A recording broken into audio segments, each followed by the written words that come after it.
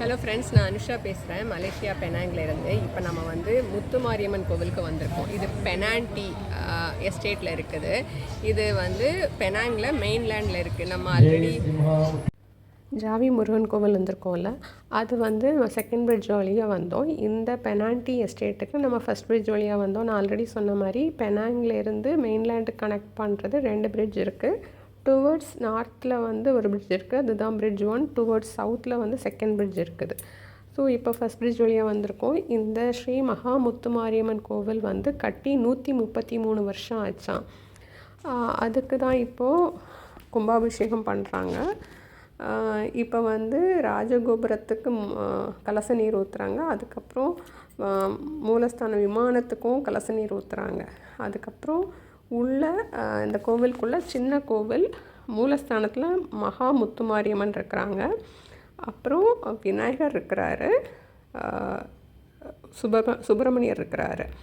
அவங்களுக்குமே வந்து கலச நீர் ஊற்றுறாங்க இந்த விமானத்துக்கு ஊற்றுனதுக்கப்புறம்.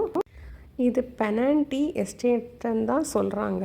ஆமாம், இப்போவுமே வந்து கோவில் ஒரு தென்னந்தோப்புக்குள்ளே தான் இருக்குது. எஸ்டேட்டில் உள்ளவங்க வச்சு வழிபட்ட கடவுள் தான் அந்த முத்துமாரியம்மன்னு சொல்கிறாங்க. 133 வருஷமாக அந்த அம்மனை வழிபட்டிருக்காங்க. நம்ம பார்க்கலாம் இன்றைக்கி கும்பாபிஷேகம் எப்படி நடக்குது, அதுக்கப்புறம் விமானத்துக்கெல்லாம் எப்படி கலச நீர் ஊற்றுறாங்க, அதுக்கப்புறம் உள்ளே வந்து முத்துமாரியம்மனுக்கு எப்படி கலச நீர் ஊற்றுறாங்க, எப்படி நடக்குதுன்னு பார்க்கலாம். இதை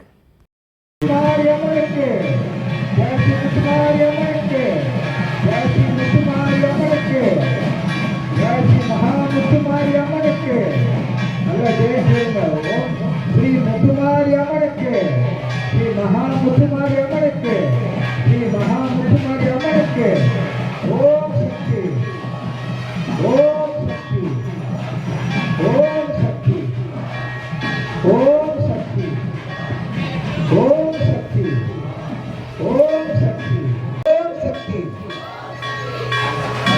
கும்பாபிஷேக கலசத்தின் விலை 51 மட்டுமே. இன்னும் 8 கலசங்கள் மட்டுமே உள்ளன. கலசங்களை பெற கூடாரத்திற்கு வந்து முன்பதிவு செய்து கொள்ளுங்கள்.